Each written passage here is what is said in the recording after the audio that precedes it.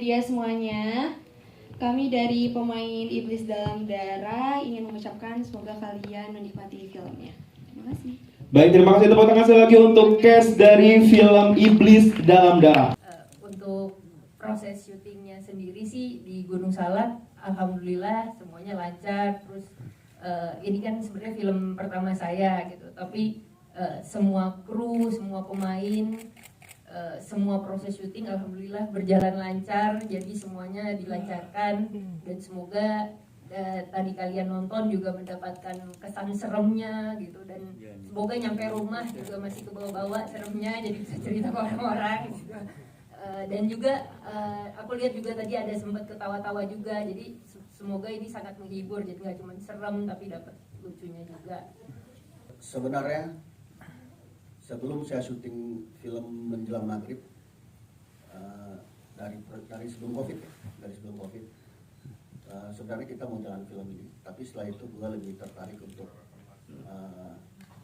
menjalankan untuk running Menjelang Maghrib waktu itu, karena emang jujur aja Menjelang Maghrib itu film low budget ya, apalagi saat COVID.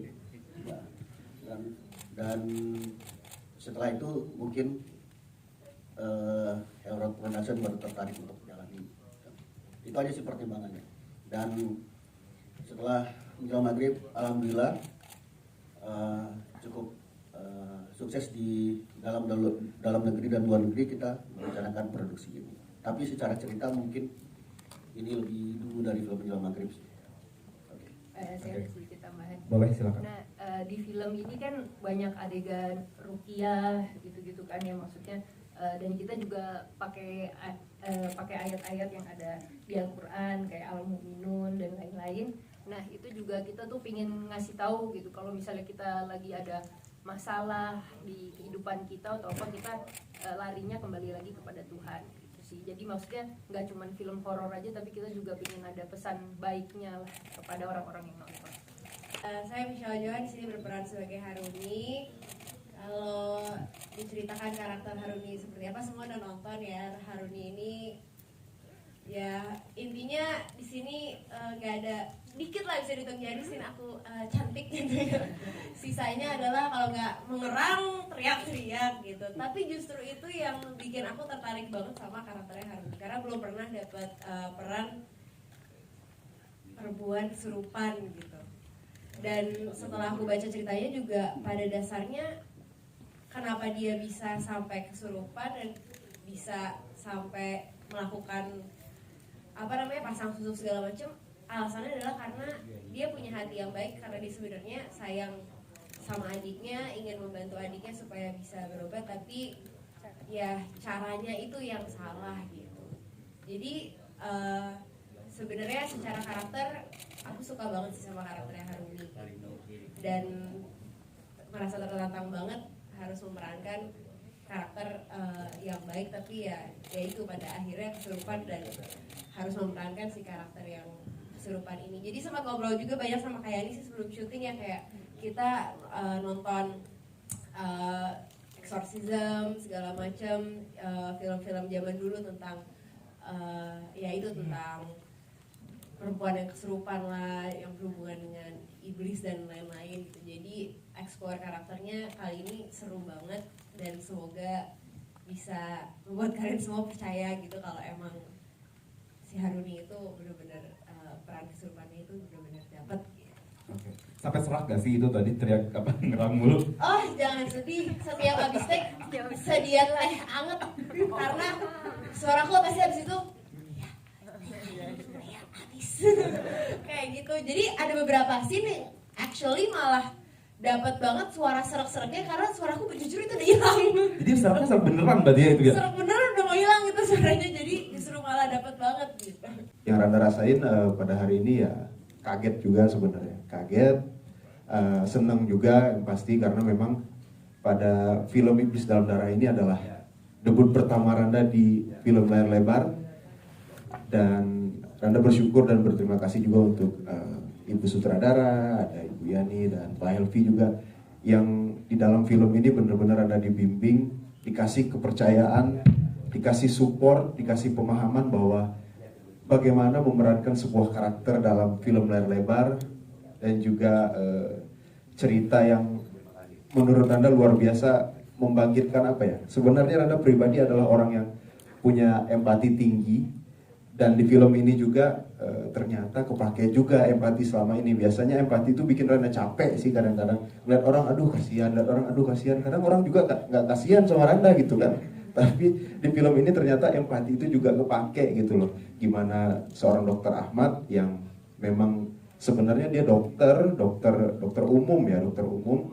Cuman karena ngelihat si Hanum kasihan gitu, tiba-tiba udah disiapin operasinya supaya bisa sembuh, tiba-tiba nggak bisa operasi karena memang keterbatasan biaya gitu. Akhirnya dokter Ahmad penasaran, kok bisa gitu loh, padahal satu-satunya jalan itu adalah operasi gitu. Akhirnya dokter Ahmad main ke rumahnya dan ternyata kakaknya juga sakit si Haruni. Akhirnya disanalah empatinya dokter Ahmad tadi. Akhirnya dia berusaha untuk bantu dan kebetulan dokter Ahmad ini kalau dari ceritanya seorang dokter cuman dari garis keturunan keluarga memang apa itu bilangnya Pak? Keturunan wali gitu loh. Keturunan wali jadi memang punya keahlian khusus, keahlian lebih di bidang hal spiritual gitu. Akhirnya dia berusaha untuk bantu gitu sampai dia ikut ke dalam masalah itu, sampai dia kalah, sampai dia itu kan diseret-seret di dalam gua, sampai di apa itu ditabrakin sama apa itu namanya itu yang di rumah sakit itu kasur rumah sakit, sampai pokoknya ya kehidupan dia menderita lah sampai mau bantu dan ujung-ujungnya juga malah jatuh hati sama si Hanum ujung-ujungnya gitu. Kan kita langsung suruh membacakan ayat gitu kan. Nah terus ya ternyata dia bagus sekali gitu baca ayatnya, karena itu yang emang kita cari gitu. Maksudnya karena susah juga dapat pemeran utama yang bener-bener dari kayak dia ngajinya tuh tajwid sama mahromnya bagus gitu. Alhamdulillah saya dapat gitu. Dan juga nggak cuma ngajinya, tapi actingnya juga bagus. Ngajinya, actingnya dan nyanyinya bagus ya. Oke. Pak produser yang ingin tambahkan? Oh ya, sedikit nambahin soal Randa tadi. Cerita ini tentang gimana tentang empati ya. Karena mungkin itu sudah mulai hilang, udah mulai pupus dari bangsa kita ya. Karena lihat aja sekarang banyak yang orang lebih memperkaya diri sendiri. Eselon 2 punya harta 500 miliar. Ya, nah itu yang, tapi dia seorang dokter di sebuah pegunungan tapi mempunyai empati untuk menolong. Dapat bonus lagi dia. Ya kan? Dapat bonus Hanum dia. Jadi yang eselon 2, eselon 3, eselon 1 kalau baik dia dapat bonus lagi ya. Oke. Ya, thank you. Baik. Untuk mendalami karakter Hanum ini, selain yang tadi aku sempat ceritain sih, emang kayak sebelum syuting sekitar berapa minggu aku hampir tiap hari kayak nonton film horor. Film-film, terutama film-film yang ya genrenya tuh termasuk yang horor yang lebih ke eksorsis, terus abis itu yang orang-orang yang dihantui kayak gitu. Jadi kayak untuk dapat feel-nya gimana rasanya, kayak dia kadang-kadang dia yang dihantui, kadang-kadang dia yang jadi hantunya gitu kan, karena udah masuk menyatu sama dirinya gitu. Kalau dia setannya lagi ada di dalam dirinya dia gitu. Jadi aku untuk mendalami ini sih lebih ke banyak observasi sih. Aku juga banyak baca-baca artikel, karena banyak banget kan kayak Emily Rose gitu-gitu, segala macam artikel-artikel di luar tentang gimana ceritanya bisa ada kayak 7 iblis berbeda dalam satu tubuh. Dia bisa ngomong berbagai macam bahasa, kayak lebih eksplorasi ke situ aja sih. Dan banyak observe lewat artikel, lewat berita, lewat video-video juga. Sekarang kan banyak platform ya untuk kita bisa nonton banyak cerita-cerita tentang orang yang kesurupan gitu. Dan ya itu aja sih. Aku sempat ngobrol juga sih sama ada emang temen aku yang bisa melihat gitu, kayak gimana sih kayak gitu. Tapi ya itu sebagai tambahan aja, tapi lebih ke eksplor lewat cerita dan lewat video dan juga lewat film-film yang sebelumnya udah ada sih kayak gitu. 3 ke kanan, boleh ke kanan, arahkan pandangannya ke kanan.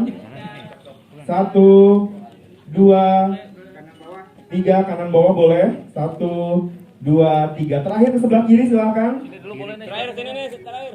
1, 2, 3. Baik, terima kasih.